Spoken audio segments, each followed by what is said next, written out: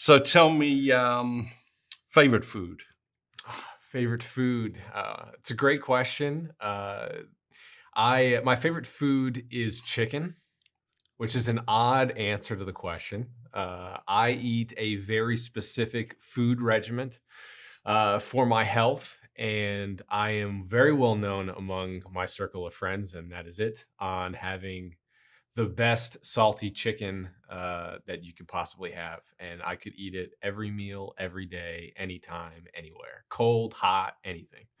The Chicken Man. The Chicken Man. What Yes. about favorite movie? Favorite movie is It's a Wonderful Life. Not only is it a great movie with a great message and just phenomenal lead actor, and Jimmy Stewart, who's my favorite actor of all time, but is the movie that my family and I watched every year while we were decorating the Christmas tree. So there's just a lot of deep familial roots in there. And the ending scene, I'm not a crier, but I can't help but tear up at the end of that movie every time. Now, is there a line or a message that sort of particularly stays with you? So my grandfather, he passed when I was 4, but he is legendary in my family for always finding a way to do the right thing, no matter the personal cost.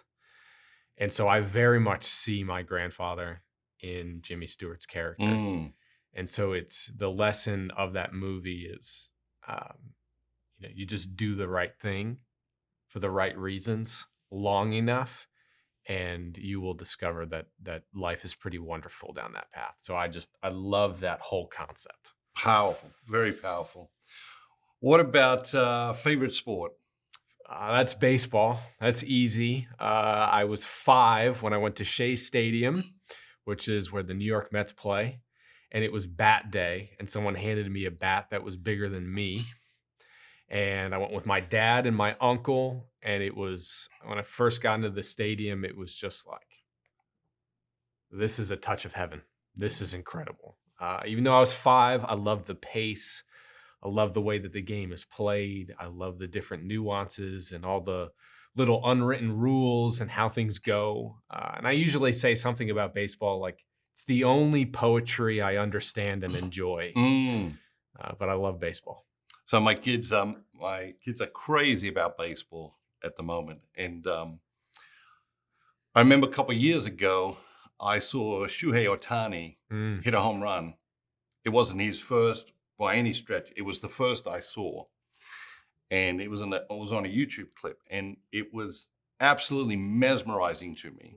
And I called my boys down. They were down in the kitchen, called them down to my office. And I showed them this clip of him hitting this home run just over and over. Watch it like 10 times. And then Harry said to me, Dad, why are you showing us this so many times? I said to him, like, this might be the greatest baseball player you ever see in your lifetime, And Harry said, like Babe Ruth.